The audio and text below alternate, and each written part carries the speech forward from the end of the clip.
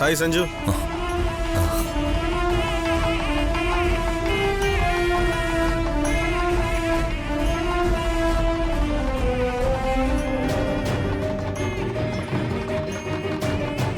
അമ്മുവിനെ ഫോണിൽ കിട്ടിയോ? നിനക്കല്ലേ അവളുടെ കാര്യങ്ങൾ അറിയൂ. സ്വാതിയുടെ അവസ്ഥ എന്താണെന്ന് പോലും അറിയില്ല. ഇനി എന്തവസ്ഥയുടെ എനിക്ക് അവൾക്കുള്ളത്? എന്റെ പെണ്ണ് ഏതോ ഹോസ്പിറ്റലിൽ ജീവന് വേണ്ടി പിടയുന്നു. എനിക്കും അതന്നെ അവസ്ഥ. ഒന്നിച്ച് ഭൂമിയിൽ ജീവിക്കാനേ ഞങ്ങൾക്ക് കഴിയാതെ ഉള്ളൂ.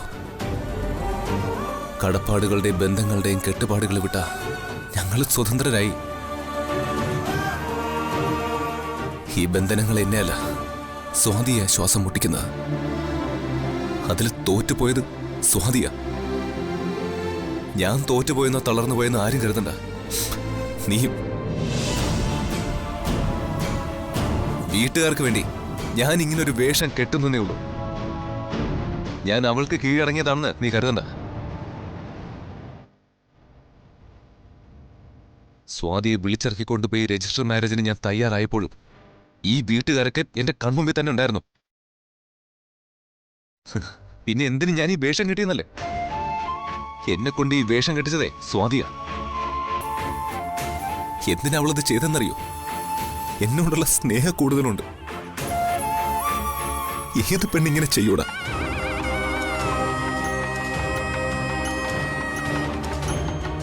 എന്നെ മുറിയടച്ച് പുറത്താക്കിയിട്ട് അകത്തിരുന്ന് കരയെ അവൾ ചെയ്തു. ഞാൻ സ്നേഹിച്ചത് അവളുടെ മനസ്സിനെയാണെന്ന് പലവട്ടം പറഞ്ഞിട്ടും അവൾ കേൾക്കാൻ തയ്യാറായില്ല. ഞാനുമായിട്ടൊരു ജീവിതമില്ലെന്ന് അവൾ മനയിൽ വെച്ച് പറഞ്ഞത് എനിക്ക് കേട്ട് നിൽക്കേണ്ടി വന്നു. എല്ലാം എനിക്ക് വേണ്ടി. അവൾ എന്നെ സ്നേഹിച്ച് കൊല്ലുകയാണെങ്കിൽ ആ സ്നേഹം ഹൃദയത്തോട് ചേർത്ത് വെച്ച് മരിക്കാനും ഞാൻ തയ്യാറാണ്.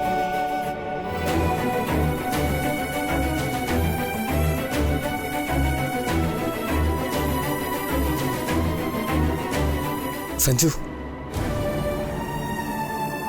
സഞ്ജു എന്താടാ പറഞ്ഞത്? ഞങ്ങളെ കണ്ടിട്ടാണെന്ന് തോന്നുന്നു അവൻ മാറിപ്പോയത്. അവന്റെ മനസ്സ് ഇപ്പൊ ഇവിടെയൊന്നുമല്ല. അവന്റെ വിവാഹം നടക്കാൻ പോകുന്നെന്നുള്ള ചിന്ത പോലും സഞ്ജുവിന് ഇപ്പൊ ഇല്ല. നീ പറഞ്ഞ പോലെ അവൻ എന്തെങ്കിലും കടുകൈ കാണിക്കോ? അവന്റെ കൈവശം എന്തോ വിഷമുണ്ട്. അതെവിടെയാണെന്നോ എന്താണെന്നോ ആർക്കും അറിയില്ല. അവന്റെ വിരലില് ഒരു പുതിയ മോതിരം കിടക്കുന്നത് ഞാൻ കണ്ടായിരുന്നു. ദൈവമേ, ആ മോതിരത്തിൽ ഇനി വല്ല പോയിസണും കാണുമോ? എനിക്കൊന്നും അറിയില്ല. അവന്റെ മാനസികാവസ്ഥ നിങ്ങളൊന്ന് ഓർത്തു നോക്ക്. സത്യത്തിൽ സ്വാതി അവൻ ഒഴിവാക്കുകയല്ല ചെയ്തത്. സഞ്ജനയെ വിളിച്ചു വരുത്തി എല്ലാവരുടെയും മുമ്പിൽ വെച്ച് അവനെ അവള് തള്ളിക്കളഞ്ഞു. നീ ഞങ്ങളെ പേടിപ്പിക്കല്ലേ രാജു. അമ്മുവിനുള്ള വിശ്വാസം നീ കൈവിട്ടോ? അവൾക്ക് എങ്ങനെ വരാനാവും? ശ്രീകുട്ടി ഹോസ്പിറ്റലല്ലേ? അവൾ ക്രിട്ടിക്കലാണെന്നാ നമ്പീശൻ ദക്ഷയോട് പറഞ്ഞത്. ഈശ്വര, ഈ വിവരമൊന്നും ഇവിടെ ആർക്കും അറിയില്ല. സഞ്ജു ഇങ്ങനെ ഒരു തീരുമാനം എടുത്തപ്പോൾ തന്നെ സ്വാതി ഹോസ്പിറ്റലിലായി. അവര് തമ്മിലുള്ള ആത്മബന്ധം എനിക്ക് നന്നായിട്ട് അറിയുന്ന കാര്യമാണ്. ഒരു പക്ഷെ ഒന്നിച്ചാവും അവർ ഈ ലോകത്തുനിന്ന് പോവാ. അതോടെ എല്ലാവർക്കും തൃപ്തിയാവട്ടെ. ദിനേശേട്ടാ, സഞ്ജുവിനെ നമ്മൾ തടഞ്ഞേ തീരൂ. അവൻ ചെയ്യാൻ പറ്റി ആർക്കും ഒന്നും അറിയില്ല. നമ്മൾ വേഗം ആ ശ്രമത്തിൽ നിന്ന് അവനെ രക്ഷിക്കണം. എങ്ങനെ നമുക്കതിന് കഴിയും? പറയാം. താലി കെട്ട് കഴിഞ്ഞാൽ ഉടൻ നമ്മൾ രണ്ടുപേരും സഞ്ജുവിന്റെ ഇരുവശത്തുമായിട്ട് നിൽക്കണം. അവൻ എന്തെങ്കിലും ചെയ്യാൻ തുടങ്ങിയ ആ നിമിഷം അവനെ കടന്നു പിടിക്കണം. നിങ്ങൾ അവന്റെ പിന്നിൽ തന്നെ ഉണ്ടാവണം. അതിലൊന്നും കാര്യമില്ല അപ്പച്ചി. നീ വാ എന്നോട്. നമ്മുടെ പ്ലാനിങ് എന്താണെന്ന് ഞാൻ പറഞ്ഞുതരാം. വാടാ.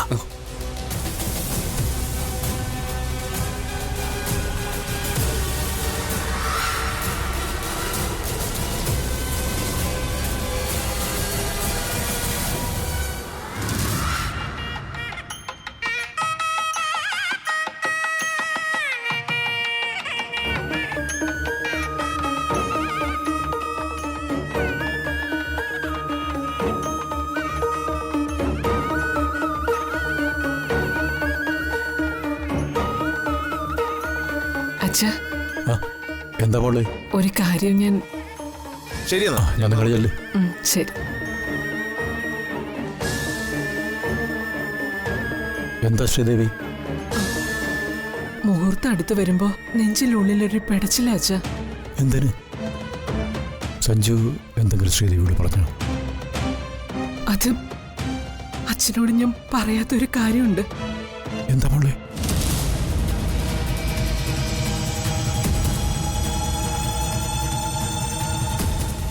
ആ സമയം കൂടി സമാഗതമാകാൻ പോവുകയാണ്. നിങ്ങൾ അവളെ കാണാൻ പോകുന്നു. അവൾ ആരാണെന്ന് അറിയാൻ പോകുന്നു. വിവാഹവേദിയിൽ അവൾ വരൂ ശാസ്ത്രികളെ. അവൾ അവിടെ തന്നെ പ്രത്യക്ഷപ്പെടും.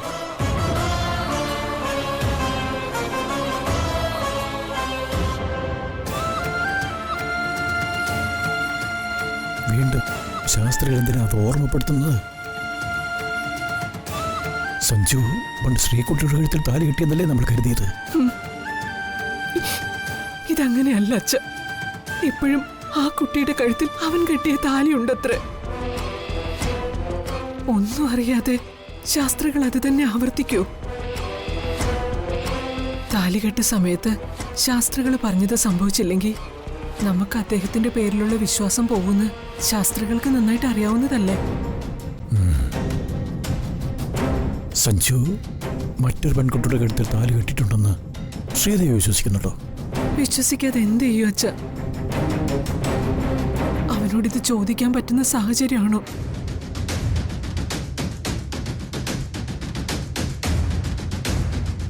ശാസ്ത്രികളുടെ വാക്ക് ഇന്നോളം പിഴച്ചിട്ടില്ല. നമുക്ക് ആകെ സംശയം തോന്നിയത് സഞ്ജു ഒരു വിവാഹം കഴിച്ചെന്ന് ശാസ്ത്രികൾ പറഞ്ഞതാ.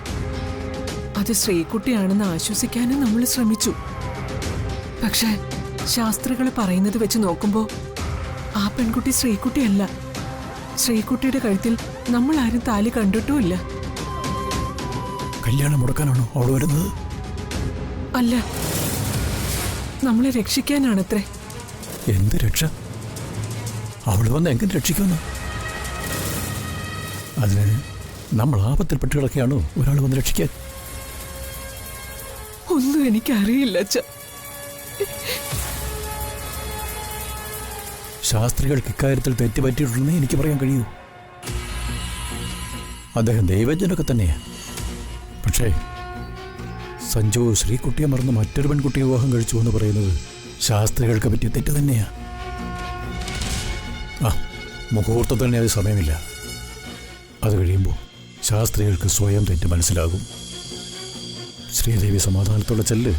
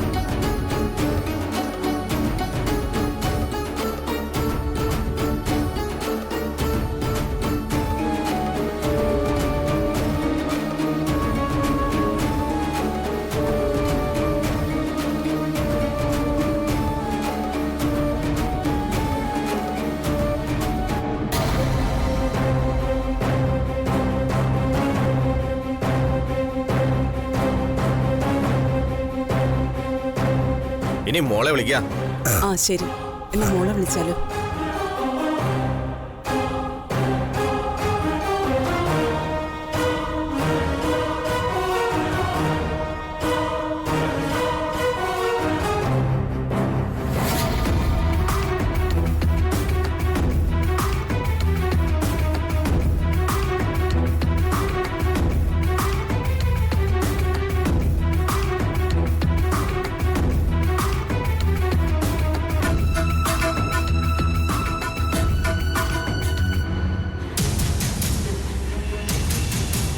പെൺകുട്ടിയെ കൂട്ടിവരാൻ പോയിരിക്കുക. 15 മിനിറ്റുള്ളിൽ താലിയിട്ട് കഴിയും. ഈ 15 മിനിറ്റ് എന്തൊക്കെ സംഭവിക്കുന്ന അറിയില്ല. സഞ്ജുവിന്റെ ജീവന നമുക്ക് വലുതെന്നുള്ളത് സത്യം തന്നെയാ. അവനെന്തെങ്കിലും സംഭവിച്ചു പോയാ പിന്നെ നമ്മളൊന്നുമില്ല. പറഞ്ഞതെല്ലാം നിനക്ക് ഓർമ്മയുണ്ടല്ലോ. ആരുടെ മുന്നിലും തലകുനിക്കാത്തവനാ സഞ്ജു. അവൻ തലകുനിച്ചിട്ടുണ്ടെങ്കിൽ അതവൻ സ്നേഹിക്കുന്നവരുടെ മുമ്പിൽ മാത്രമാ. ഇവിടെയും അതവൻ ചെയ്യുന്നത്. എന്റെ ജീവൻ കൊടുത്തും എന്റെ വീട്ടുകാരുടെ ഏതാഗ്രഹവും സാധിച്ചു കൊടുക്കുന്ന അവൻ എപ്പോഴും പറയാറുള്ളത്. ഇവിടെയും അവൻ ചെയ്യാൻ പോകുന്ന അതാ. അവന്റെ ജീവൻ കൊടുത്ത് അവൻ ദൈവതുല്യം കാണുന്ന അവന്റെ മുത്തശ്ശന്റെയും അമ്മയുടെയും ആഗ്രഹം സാധിച്ചു കൊടുക്കുക അവനിപ്പോ ചെയ്തുകൊണ്ടിരിക്കുന്നത്. അല്ലാതെ ഇങ്ങനൊരു വേഷം കെട്ടാൻ സഞ്ജു തയ്യാറാവില്ലായിരുന്നു. അവനെ നമ്മൾ എങ്ങനെ തടയും? അത് അവനോട് ചെയ്യുന്ന ദ്രോഹമാ. നീ എന്താടാ ഈ പറയുന്നത്? അവനെ മരണത്തിന് വിട്ടുകൊടുക്കാനോ? ജീവശവം പോലെ സഞ്ജു ജീവിക്കുന്ന കാണാൻ എനിക്ക് വയ്യ. ഞാനവനെ തടയില്ല. അവന്റെ പിന്നാലെ ഞാനും പോവും. എന്താ? എനിക്കറിയില്ല ഇവ എന്തൊക്കെ പുലമ്പുവാ. അവന് സഞ്ജുവിനെ തടയാനാവില്ലെന്ന്. രാജു, എന്താണ് നിനക്ക്?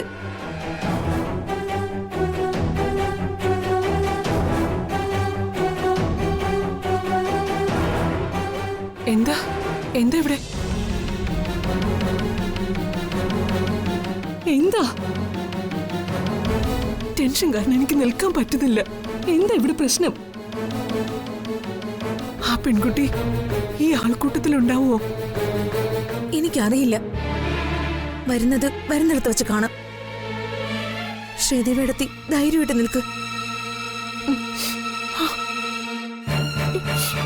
ഈശ്വര,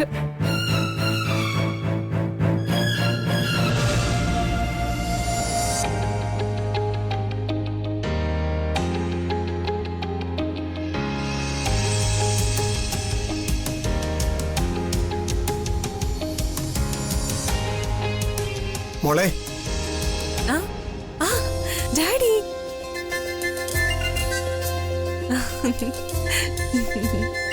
മോള് സുന്ദരിയായിട്ടില്ലേ വർമ്മ സാറേ?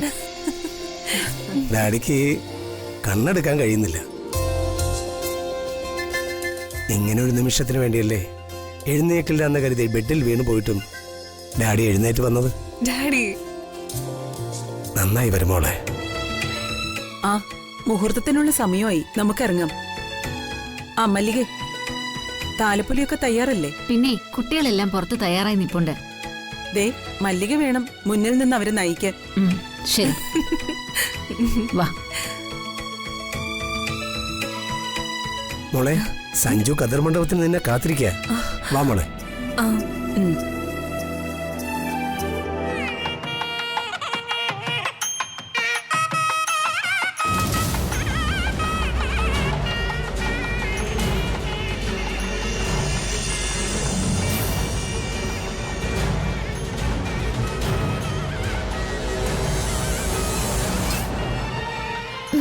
ആരെയപ്പോ വിളിക്കുന്നേ? എനിക്കിവിടെ നിൽക്കാൻ കഴിയുന്നില്ല കാവേരി. ഞാൻ ഒന്നുകൂടി ശാസ്ത്രികളെ വിളിക്കട്ടെ. ശ്രീദേവിയടുത്തെ ഞാൻ അതിന് സമ്മതിക്കില്ല. ശാസ്ത്രികളെ വിളിച്ചിട്ട് എന്ത് സമാധാനം ഉണ്ടാവാൻ പോകുന്നേ? കല്യാണം ഒന്ന് കഴിയട്ടെ. നീ എന്നെ തടയരുത്. ഞാനിപ്പോ വരാം.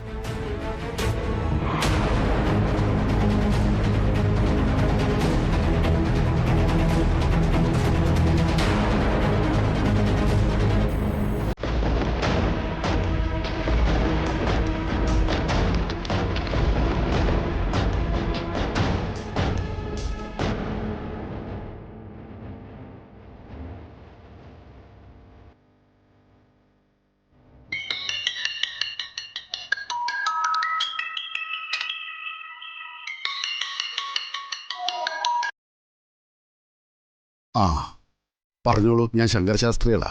ശാസ്ത്രികളെ, ഞാൻ മംഗലശ്ശേരിയിലെ ശ്രീദേവിയാ. എന്താ ശ്രീദേവി ഈ നേരം? മകന്റെ കല്യാണം നടക്കുന്ന സമയമല്ലേ? എനിക്കൊരു സമാധാനമില്ല. ശാസ്ത്രികൾ എന്നോട് പൊറുക്കണം.